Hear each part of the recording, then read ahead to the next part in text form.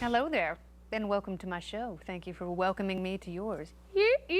Hundreds of artificial intelligence researchers, including Elon Musk and Stephen Hawking, they are calling for a worldwide ban on offensive autonomous weapons in fear of a global artificial intelligence arms race that could be deadlier and deadlier, and weapons that have smarts in their own bodies. Of course, they acknowledge that AI war machines could also benefit humans by replacing them in combat. Lord knows I love technology, but I'm kind of scared of this topic. And to help me break it all down, let me welcome back Lieutenant Colonel Ralph Peters. He wrote a novel on this very topic called The War After Armageddon. Colonel Peters, welcome back.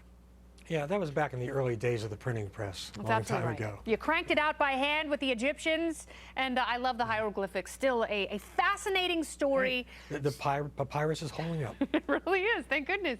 It's all the moisturizer. So, Ralph, if I may call you that, let's talk about this because it's kind of scary. I love technology, and I think it will benefit us all. I don't fear AI overarchingly, but I do worry that too much power concentrated in the hands of the government in terms of self-aware killing machines, that scares me.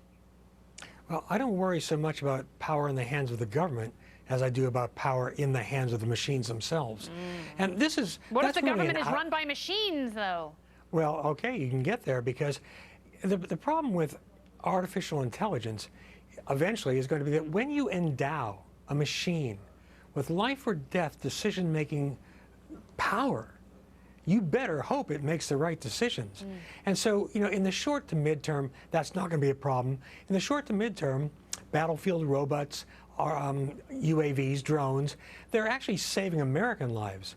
But the most important takeaway to this is what you need to go after is the safeguards, how to make sure they do what they're supposed to do and not what they want to do. Yeah. Because there is no way, Kennedy, there is no way on earth to prevent the rise of the intelligent machines. It's coming. We're already moving in that direction. We're a lot closer than we think we are. And, you know, on some level, we have to be okay with it because, as you say, that is inevitable.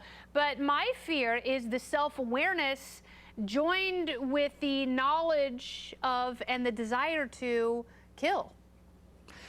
You know, the American philosopher and father of American psychology, William James, who was a pacifist, by the way, wrote that history is a bath of blood. Unfortunately for all of us, one thing that humans are brilliant about is devising ever new ways to kill each other in large numbers. And you know, unfortunately, it can't be held back. Revolutions in military affairs, as they say, they happen. You can try to ban them. The bans never stick. In the early Renaissance, that revolutionary weapon came along, the crossbow.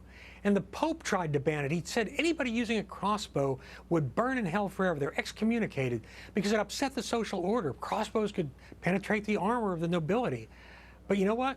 The crossbow was so effective, it spread rapidly and widely, and then we moved on to gunpowder, and so on and so on. And we moved on to machine guns in World War I, and, you know, our technology has blossomed. And I do like the idea that, you know, we could sit by civilly and sip our tea as robot armies kill each other, and, you know, then it becomes more like chess, where there is no blood spilled at all. But... Well, we won't get there.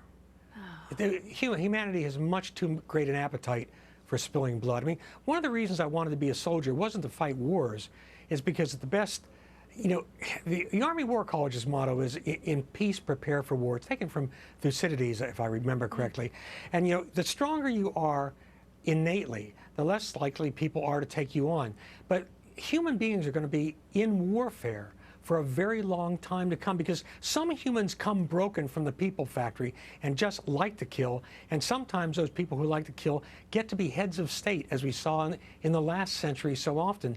So again, my concern about these weapons is in the short term, making sure they're in the right hands. Eventually they'll get out of hands. Longer term, you and I share that fear of these intelligent machines making bad decisions. Yeah, making decisions that seem right to them, but not to us. Taking life, spinning out of control, and, you know, ethically, it is our responsibility to figure out answers for that before it's too late. Colonel Peters, thank you very much. Thank you, Kennedy. Indeed. I appreciate the thoughtful discussion.